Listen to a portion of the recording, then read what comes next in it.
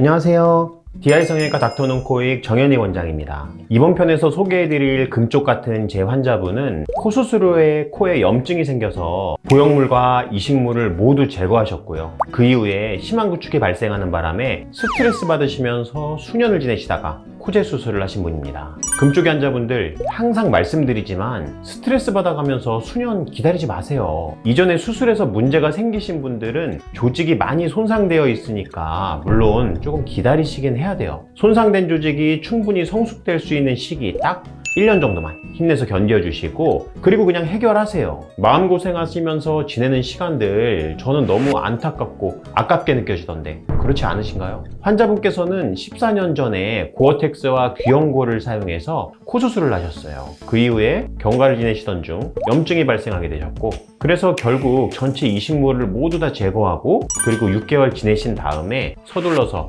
다시 실리콘을 사용해서 재수술을 하셨습니다. 안 돼요.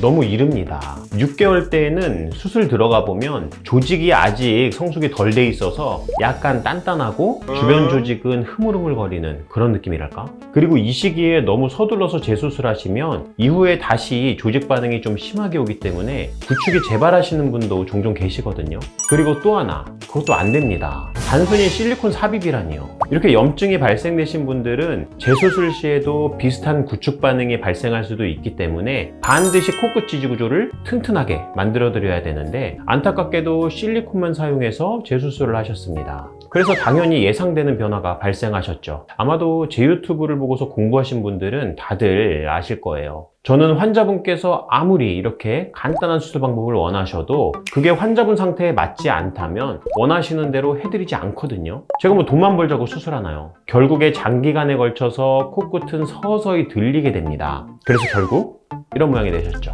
저는 환자분에 대한 안타까운 마음 때문에 혹시 잘못된 길로 가려는 분이 제게 오시면 강하게 설득도 하고 반복해서 가르쳐 드리기도 하고 이런저런 방법을 다 써보지만 간혹 왜 날 가르치려고 드냐, 아니 의사가 환자 말을 듣질 않는다 이러시면서 튕겨져 나가시는 환자분들도 계시더라고요. 잘못 알고 계신 게 있다면 의사가 가르쳐 드리고 올바른 길로 이끌어야 의사지, 그게 맞든 틀리든 해달라는 대로 그냥 해드리면서 그게 돈 내면 다 해주는 장사꾼이지 의사는 아니라고 생각하거든요. 근데 우리 금쪽이 환자분께서는 다행히도 제 말을 귀담아 들어주시고 오랜 기간 동안 고민하고 결정을 하셨습니다. 환자분께서는 이전 2번의 수술 실패 때문에 수술이 과연 잘 될 수 있을지 상당히 망설이고 고민을 많이 하셨어요. 그래서 결국 저희 병원에서 코 수술을 먼저 하신 게 아니라 지방이식과 눈 수술 같은 간단한 수술들을 먼저 하셨어요. 근데 그 결과가 꽤 마음에 드셨는지 망설이고 걱정하시던 마음을 다잡고 결국 코 수술을 결심하시게 되셨습니다.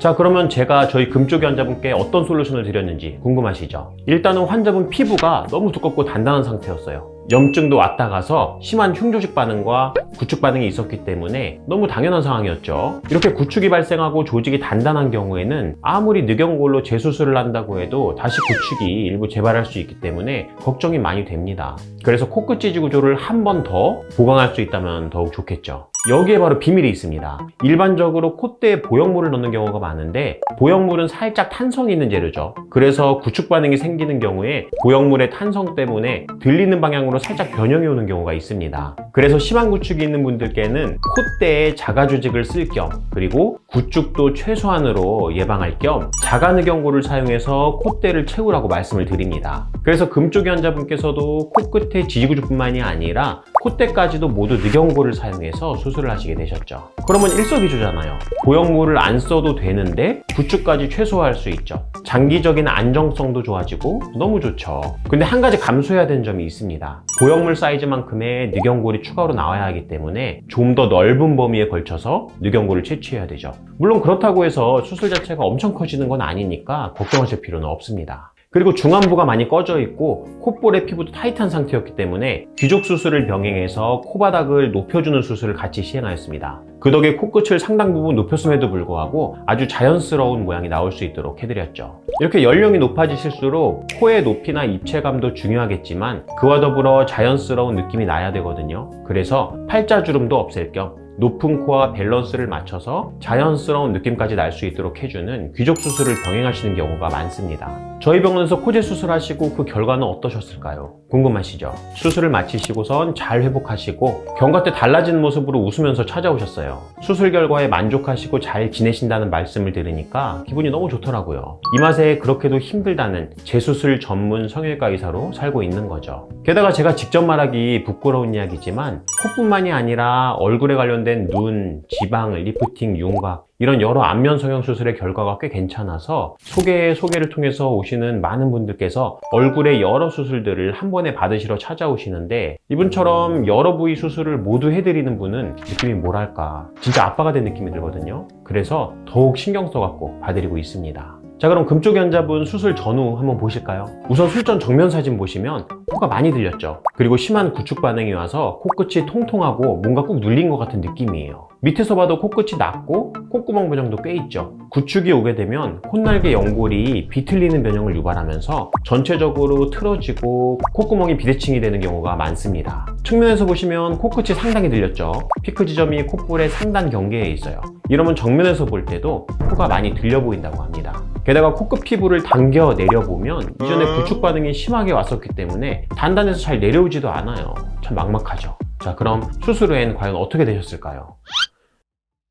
수술 후 모양에 대한 제 평가는 주관적일 수도 있어서 자세히 설명드리기 어려운 점 양해 부탁드립니다. 환자분들께 정보 드리기 위함이니 수술 후 모양에 대해서는 수술 전후 사진을 보시면서 영상 보시는 여러분들께서 댓글로 평가해 주시면 감사하겠습니다.